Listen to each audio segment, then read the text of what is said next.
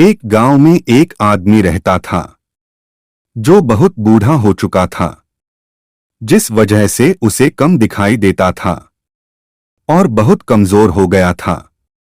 इसलिए अपनी बची कुची जिंदगी अपने बेटे के साथ बिता सके, इसलिए शहर में रह रहे उसके बेटे के घर रहने चला गया। बेटा एक शहर में छोटे से मकान में रहता था।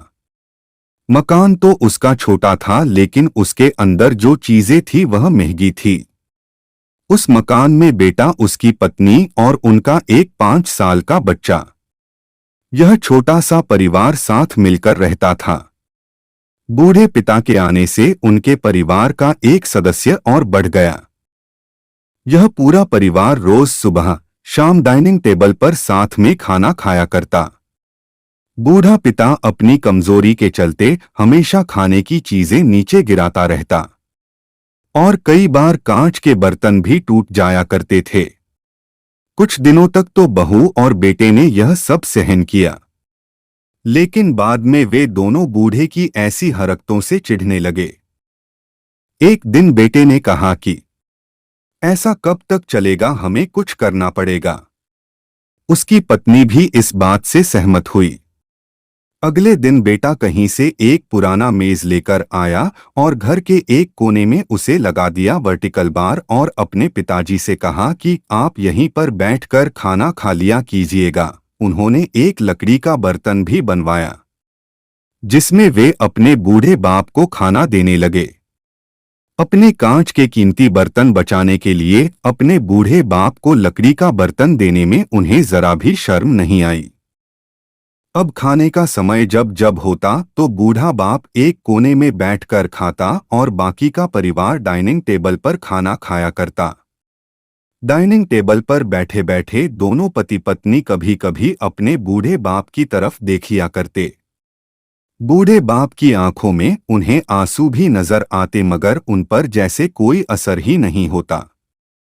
बूढ़े का पोता भी यह नजारा हमेशा देखता और वह अपने में ही खोया रहता। एक दिन जब पति पत्नी डाइनिंग टेबल पर बैठकर खाना खा रहे थे, तब उनका बच्चा जमीन पर बैठकर कुछ कर रहा था। उन दोनों ने बच्चे के हाथ में लकड़ी का टुकड़ा देखा, लेकिन उन्हें कुछ समझ में नहीं आया कि बच्चा लकड़ी के टुकड़े के साथ क्या कर रहा है। जब बच्चे के पिता ने उसे पूछा कि बेटा आओ खाना खा लो, तुम नीचे बैठकर क्या कर रहे हो, तब बच्चे ने भोलेपन से कहा, अरे मम्मी पापा, मैं आप दोनों के लिए लकड़ी का बर्तन बना रहा हूं ताकि आप लोगों को जब आप बूढ़े हो जाओ तो दिन में खाना दे सकूं। अपने नादान बेटे द्वारा दी गई यह सहज बात दोनों के दिल में तीर की तरह उतर गई। दोनों एक दूसरे का चेहरा निहारने लगे। बिना कुछ कहे ही दोनों की आंखों में पानी आ गया और उन्हें अपने भविष्य की किताब अपने सामने खुलती हुई नजर आई। उन्हें समझने में ज्यादा देर नहीं लगी कि अब उन्हें आगे क्या करना पड़ेगा। अगले दिन कमरे के कोने से वह पुराना मेज हट गया और अब बूढ़ा पिता और बाकी का परिवार साथ में मिलकर फिर से खाना खाने लगे।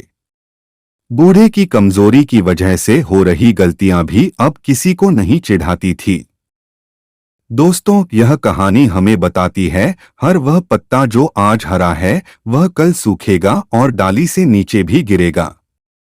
इसलिए हमें अपने बड़े बूढ़ों का हमेशा ख्याल रखना चाहिए और हमें हमारे माता पिता और बुजुर्गों के साथ वैसा ही व्यवहार करना चाहिए जैसा हम चाहते हैं कि हमारे बूढ़े होने के बाद हमारे बच्चे हमारे साथ करें। दोस्तों, आपको यह हार्ट टचिंग स्टोरी कैसी लगी, कमेंट करके जरूर बताइएगा। अगर वीडियो अच्छी लगी तो चैनल को सब्सक्राइब करें और वीडियो को अपने दोस्तों और परिवार के साथ इसे शेयर कर सकते हैं और खास करके ऐसे लोगों के साथ जरूर शेयर कीजिएगा जिनका व्यवहार बड़े बूढ़ों के तरफ अच्छा ना हो।